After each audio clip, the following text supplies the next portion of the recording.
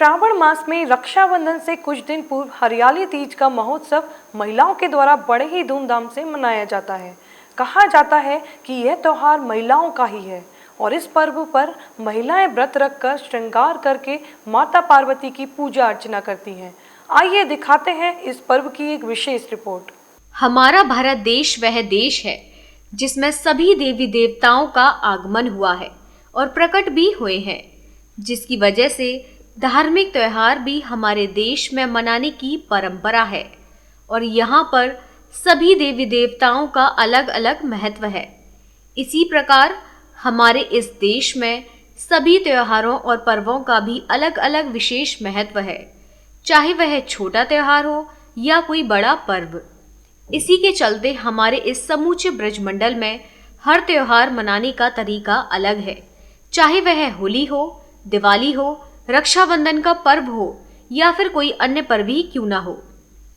इसी के चलते एक पर्व हरियाली तीज का भी हमारे देश में मनाया जाता है, जो कि श्रावण मास की शुक्ल पक्ष की तृतीया को मनाया जाता है। कुछ जगहों पर इसे कजली तीज भी कहा जाता है। इस दिन सुहागिनें मां गौरी की पूजा अर्चना करती हैं और व्रत रखती हैं। माना यह भी जाता है कि हरियाली तीज का व्रत सर्वप्रथम हिमालय की पुत्री पार्वती ने रखा था, तो उनको शंकर भगवान जैसे स्वामी के रूप में वर मिले। इसीलिए कुंवारी लड़कियां हरियाली तीज का व्रत रहती हैं और अच्छे वर की प्राप्ति के लिए मां पार्वती से प्रार्थना करती हैं। सुहागिन महिलाएं इस दिन उपवास रखकर मां पार्वती से सौभाग्यवती होने का आशीर्वाद मांगती हैं और पति की लंबी आयु के लिए कामना करती हैं। इस पर्व पर सभी महिलाएं बाजार में जाकर हाथों पर मेहंदी लगवाकर अपना पूरा श्रृंगार करके हरे वस्त्र धारण करती हैं और सभी महिलाएं बगीचे में जाकर झूला झूलती हैं। बागों में इस हरे भरे वातावरण का आनंद ही कुछ और होता है। कोयल की मीठी मीठी सी कूक, हरे भरे वातावरण को देखकर मोरों का नाचना, चारों तरफ हरा ही हरा दिखाई देता है। पहले समय में इस पर्व की तैयारियां सभी महिलाएं पहले से ही करना प्रारंभ कर देती थी। पेड़ों पर बड़े बड़े झूले डालकर महिलाएं सभी एकत्रित होती थीं और झूला झूलती थीं। झूला झूलते हुए सावन की मल्हार गाने का महत्व कुछ अलग ही होता था, लेकिन आधुनिक काल में यह प्रथा धीरे धीरे लुप्त होती जा रही है। आधुनिक काल में तो सिर्फ पार्कों में बच्चों के ही झूले देखने को मिलते हैं। वैसे तो ब्रज में इसकी परंपरा अभी भी बहुत है। महिलाएं बाजारों में जाकर अपने श्रृंगार का सामान खरीदती हैं और हाथों पर मेहंदी लगाती हैं और हरियाली तीज के दिन सुबह से ही सज धज कर पार्कों एवं बगीचों में एकत्रित होती हैं।